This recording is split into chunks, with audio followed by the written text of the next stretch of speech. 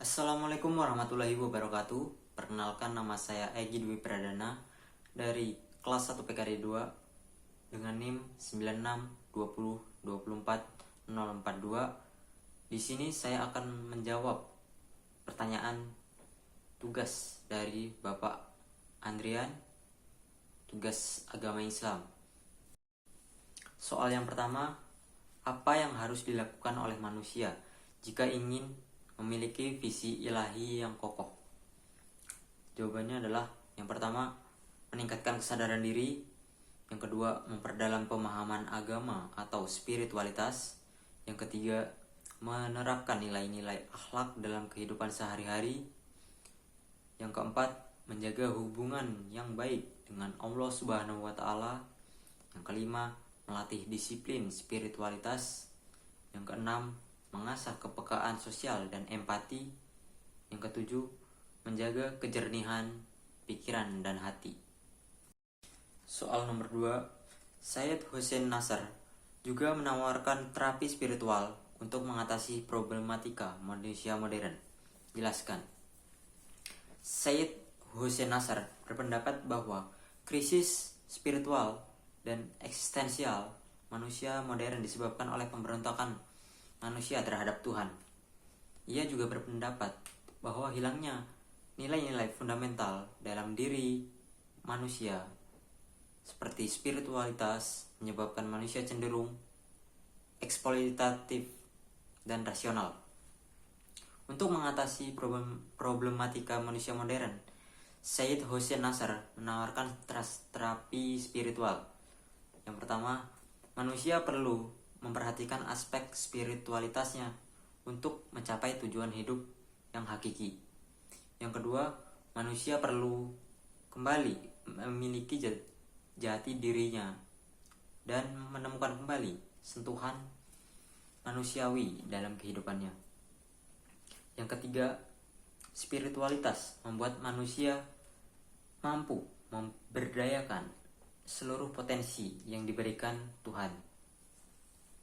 Yang keempat, spiritualitas membuat manusia mampu melihat segala sesuatu secara holistik sehingga mampu menemukan hakikat atau kesejatian dari setiap fenomena yang dialami. Soal nomor 3, mengapa kesadaran spiritual disamakan dengan kesadaran ketuhanan? Jawabannya, alasan mengapa kesadaran spiritual dan kesadaran ketuhanan dianggap sebagai dua aspek yang sama dalam pandangan Islam adalah yang pertama, hubungan langsung dengan Tuhan. Dalam Islam, spiritualitas pada dasarnya adalah perjalanan menuju Tuhan. Kesadaran spiritual melibatkan pengenalan diri yang lebih tajam, yang pada akhirnya mengarah pada pengenalan dan hubungan dengan Tuhan. Kesadaran ini mencakup pemahaman tentang hakikat manusia sebagai makhluk ciptaan yang terhubung secara langsung dengan penciptanya. Maka, ketika seseorang mencapai kesadaran spiritual, ia otomatis menyadari keberadaan dan peran Tuhan dalam kehidupannya. Yang kedua, Tuhan sebagai sumber kehidupan. Islam mengajarkan bahwa Allah adalah sumber segala sesuatu, termasuk sumber dari potensi spiritual yang ada dalam diri manusia. Dengan demikian, kesadaran spiritual yang melibatkan penyadaran akan tujuan hidup, hakikat eksistensi, dan kebahagiaan sejati tidak dapat dipisahkan dari kesadaran akan Tuhan. Pemahaman ini mengarahkan individu untuk melihat Tuhan sebagai pusat dari segala aktivitas hidupnya, baik secara fisik maupun spiritual. Yang ketiga, integrasi antara spiritualitas dan ketuhanan dalam Al-Quran. Al-Quran seringkali mengaitkan perjalanan spiritual manusia dengan kesadaran akan Tuhan. Banyak ayat yang mengingatkan manusia untuk merenungi tanda-tanda kekuasaan Tuhan di alam semesta dan di dalam diri mereka sendiri. Dalam surah Az-Zariyat ayat 20 sampai 21, Allah berfirman, "Dan di bumi itu terdapat tanda-tanda kebesaran Allah bagi orang-orang yang yakin, dan juga pada dirimu sendiri. Maka apakah kamu tidak memperhatikan? Ini mengisyaratkan bahwa kesadaran spiritual pada akhirnya adalah kesadaran akan Tuhan yang termanifestasi dalam penciptaan dalam diri manusia." Pertanyaan nomor 4. Bagaimana Tuhan dirasakan dalam kehadirannya dalam perspektif psikologis? Dalam perspektif psikologis, kehadiran Tuhan seringkali dirasakan melalui pengalaman pribadi yang mendalam, seperti rasa aman, ketenangan, dan makna dalam hidup. Yang kedua, bagaimana Tuhan disembah oleh masyarakat dalam perspektif sosiologis? Dalam perspektif sosiologis, penyembahan terhadap Tuhan tidak hanya dilihat sebagai aktivitas individu, tetapi juga sebagai praktik sosial yang diatur oleh norma dan struktur sosial. Beberapa pandangan penting mencakup yang pertama, Durkheim dan fungsi sosial agama. Emil Durkheim, sosiolog klasik, berpendapat bahwa penyembahan terhadap Tuhan dalam masyarakat sebenarnya adalah bentuk penyembahan terhadap masyarakat itu sendiri. Agama menyediakan simbol dan ritual yang memperkuat solidaritas sosial dan menciptakan rasa kebersamaan di antara anggotanya. Yang kedua, Weber dan agama sebagai kekuatan sosial. Max Weber berpendapat bahwa keyakinan terhadap Tuhan akan mempengaruhi perilaku ekonomi dan sosial masyarakat. Contohnya, ketika etika Protestan yang mendorong kerja keras dan kesederhanaan menjadi landasan bagi berkembangnya kapitalisme modern. Yang ketiga, sosiologi ritual. Penyembahan Tuhan seringkali diwujudkan melalui ritual keagamaan seperti doa, puasa, dan upacara tertentu. Ritual ini memiliki peran penting dalam memperkuat hubungan sosial, mentransmisikan nilai-nilai agama, dan memelihara harmoni dalam komunitas. Yang ketiga, bagaimana Tuhan dirasionalisasikan dalam perspektif filosofis. Beberapa cara rasionalisasi tentang Tuhan adalah sebagai berikut. Yang pertama, teisme klasik. Filsuf seperti Thomas Aquinas menggunakan argumen-argumen rasional untuk membuktikan eksistensi Tuhan. Salah satu contohnya adalah argumen kosmologis yang menyatakan bahwa segala sesuatu memiliki sebab, dan karena tidak mungkin ada rangkaian sebab yang tak berujung, harus ada satu sebab yang tak disebabkan, yaitu Tuhan. Yang kedua, argumen ontologis. Filsuf seperti Anselmus dari Canterbury mencoba membuktikan keberadaan Tuhan melalui ide tentang kesempurnaan. Dia berargumen bahwa Tuhan sebagai makhluk yang paling sempurna yang dapat dipikirkan harus ada karena keberadaan adalah salah satu sifat kesempurnaan itu sendiri. Yang ketiga, argumen teleologis.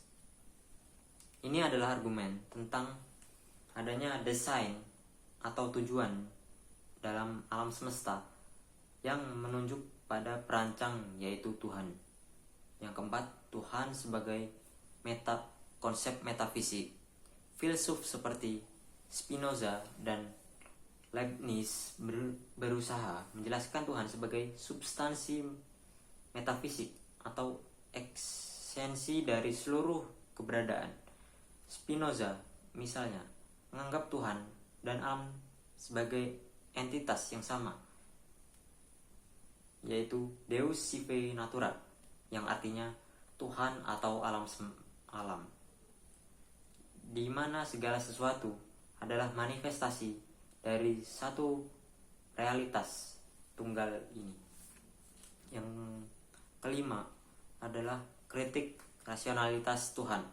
Filsuf seperti David Hume dan Immanuel Kant memberikan kritik terhadap argumen-argumen rasional tentang Tuhan. Hume misalnya, skeptis terhadap kemampuan manusia untuk membuktikan eksistensi Tuhan melalui argumen logis. Sementara Kant menegaskan bahwa keberadaan Tuhan adalah masalah keyakinan moral, bukan pembuktian rasional. Yang keempat, konsep tentang Tuhan dalam perspektif teologis. Dalam perspektif teologis, konsep tentang Tuhan dibentuk berdasarkan doktrin agama yang diambil dari wahyu, kitab suci, dan tradisi. Setiap agama memiliki konsep teologis terhadap Tuhan yang bervariasi, tetapi ada beberapa prinsip yang biasanya ditemukan dalam teologi. Yang pertama, monoteisme. Dalam agama Abrahamik, misalnya Islam, Kristen, Yudaisme, Tuhan dipahami sebagai makhluk yang esa, transenden, dan pencipta alam semesta. Tuhan dianggap maha kuasa, maha mengetahui, dan maha pengasih. Dalam teologi Islam, misalnya, Allah adalah satu-satunya yang layak disembah, dan segala sesuatu selainnya adalah ciptaan. Prinsip yang kedua adalah Trinitarianisme. Dalam teologi Kristen, Tuhan dipahami sebagai Trinitas, yaitu satu esensi Tuhan yang terdiri dari 3 pribadi, Bapa, Anak, dan Roh Kudus. Prinsip yang ketiga yaitu panenteisme. Beberapa tradisi teologis seperti dalam filsafat Hindu dan beberapa aliran mistisme melihat Tuhan sebagai entitas yang meliputi segala sesuatu atau sebagai entitas yang ada di dalam segalanya namun juga melampaui. Yang prinsip yang keempat adalah ateisme dan agnotisme teologis. Dalam teologi ateistik atau agnostik, Tuhan dipandang tidak ada atau tidak dapat diketahui. Agnostisme teologis lebih menekankan bahwa konsep Tuhan terlalu jauh dari pemahaman manusia, sehingga kita tidak dapat secara pasti mengetahui apakah Tuhan ada atau tidak. Soal nomor 5. Apa yang dimaksud dengan tajaliyat Tuhan? Tajali berasal dari kata Arab, yaitu tajala yang berarti menampakkan diri atau mewujud. Dalam konteks teologi dan sufisme, ini merujuk pada cara Tuhan menampakkan sifat-sifatnya melalui tanda-tanda di alam semesta atau pengalaman spiritual individu. Tuhan dalam esensinya tidak dapat dilihat atau dipahami secara langsung oleh manusia. Namun, Tuhan menampakkan dirinya melalui tajaliyat dalam bentuk tanda-tanda, sifat-sifat, atau cerminan di dunia fisik maupun spiritual. Jadi, tajaliyat Tuhan adalah konsep dalam Islam, terutama dalam tasawuf, yang menggambarkan bagaimana Tuhan menampakkan dirinya atau sifat-sifatnya kepada ciptaannya. Manifestasi ini bisa terjadi melalui alam semesta, pengalaman spiritual, atau tanda-tanda kebesaran Tuhan yang ada di sekitar manusia. Meskipun Tuhan menampakkan dirinya melalui tajali, esensi Tuhan tetap berada di luar jangkauan pemahaman manusia. Dan tajaliyat merupakan cara untuk mendekatkan diri pada kesadaran akan kehadirannya. Soal nomor 6. Agar manusia dapat tetap konsisten dalam kebaikan dan kebenaran Tuhan, apa yang harus dilakukan oleh manusia? Yang pertama, meningkatkan kesadaran spiritual atau takwa. Yang kedua, ketaatan kepada ibadah yang rutin. Yang ketiga, pembersihan hati. Yang keempat, membiasakan perbuatan baik atau istiqomah. Yang kelima, menjaga pergaulan yang baik. Yang keenam, memohon pertolongan kepada Allah Subhanahu wa Ta'ala. Yang ketujuh, mengendalikan hawa nafsu. Yang kedelapan, bertobat. Yang Kesembilan, memiliki tujuan hidup yang jelas. Demikian jawaban saya mengenai tugas agama Islam. Apabila terdapat kata-kata yang salah atau kurang, mohon dimaafkan. Wassalamualaikum warahmatullahi wabarakatuh.